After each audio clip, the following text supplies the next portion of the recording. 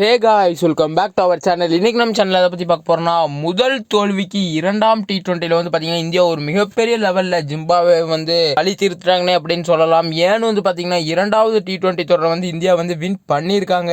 ஆக மொத்தம் வந்து பார்த்தீங்கன்னா இன்னும் 3 T20 தொடர்கள் வந்து இருக்கு. ரொம்பவே விறுவிறுப்பாக வந்து பார்த்தீங்கன்னா அடுத்தடுத்த போட்டிகள் நடக்க போகுது. ஏன்னு வந்து பார்த்தீங்கன்னா ஜிம்பாவேவும் ஒரு வின் பண்ணிட்டாங்க, அதே போல் இந்தியாவும் ஒரு வின் பண்ணிட்டாங்க. இந்தியாவை பொறுத்த வரைக்கும் என்ன மாதிரி ஒரு டோட்டல் 234 வந்து பார்த்தீங்கன்னா டார்கெட் கொடுத்தாங்க, 235. இருந்தாலும் அபிஷேக் சர்மா பொறுத்த வரைக்கும் பார்த்தீங்கன்னா எக்ஸ்ட்ரானரி இன்னிங்ஸ் வந்து பண்ணியிருந்தாரு. அதை பற்றி இந்த வீடியோவில் டீட்டெயிலாக பார்க்கலாம். அதுக்கு நம்ம சேனல் ஃபர்ஸ்ட் டைம் மறக்காம சப்ஸ்கிரைப் பண்ணிங்க, கூட பெல் ஐகானை பிரஸ் பண்ணிங்க. முதல் T20 தொடரில் வந்து பார்த்தீங்கன்னா இந்தியா பொறுத்த வரைக்கும் ஒரு பேட்டிங் லைன் சரியில்லை அப்படின்னு நம்ம சொல்லியிருந்தோம். அதனால வந்து பார்த்தீங்கன்னா லாஸ் ஆயிருந்தாங்க. அதே இது செகண்ட் T20 தொடரில் என்ன பண்ண போகிறாங்க அப்படின்னு பொறுத்து வந்து பார்த்தா தான் தெரியும்னு சொல்லியிருந்தோம். அதே மாதிரி செகண்ட் T20ல பேட்டிங் சூஸ் பண்ணாங்க. பேட்டிங்கில் என்ன மாதிரி ஒரு பிளே, அபிஷேக் சர்மா பொறுத்த வரைக்கும் அவர் ரொம்ப ஹார்ட் ஒர்க் போட்டிருக்காரு. யுவராஜ் சிங் வந்து சொல்லியிருக்காரு. அதே மாதிரி ரொம்பவே ஒரு ஹார்ட் ஒர்க் போட்டதுனால தான் வந்து பார்த்தீங்கன்னா இந்த அளவுக்கு ஒரு ப்ளே பண்ண முடியும். அடுத்ததான் வந்து பார்த்தீங்கன்னா ஒரு வெல் பெர்ஃபெக்டாக அவர் வந்து மாறுவார். அதே போல் வந்து பார்த்தீங்கன்னா ஐபிஎல்லும் ஒரு வெல் பெர்ஃபெக்டாக ப்ளே பண்ணார். அதே இது இந்தியா டீமுக்கும் ப்ளே பண்ணிட்டு இருக்காரு. இதே மாதிரி தொடர்ந்து ப்ளே பண்ணால் ரோஹித் சர்மா மற்றும் விராட் கோலி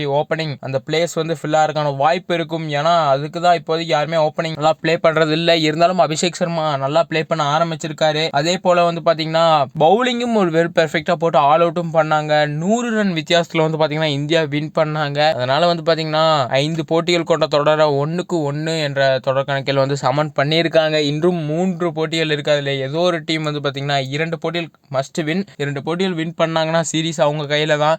அந்த 2 போட்டிகள் வின் பண்ண போகிறது யாரு அப்படிங்கிறது எல்லாமே நம்ம பொறுத்திருந்தா பார்க்கணும். அதே மாதிரி அடுத்தடுத்த பேட்டிங் லைனப் எந்த மாதிரி சேஞ்ச் பண்ண போறாங்க, இந்தியா பொறுத்த வரைக்கும் எப்படி ப்ளே பண்ண போறாங்க, சீரீஸை வின் பண்ணுவாங்களா, அபிஷேக் சர்மா அடுத்தடுத்து எப்படி ப்ளே பண்ண போறாரு, அடுத்தடுத்த மேட்சஸ்ல சுக்மன் கில்லும் இன்னும் நல்லா ப்ளே பண்ணணும், என்ன நடக்க போகுது அப்படிங்கிறது எல்லாமே நம்ம பொறுத்திருந்தா பார்க்கணும். அது வரைக்கும் ஸ்டே டியூன்டு கைஸ்.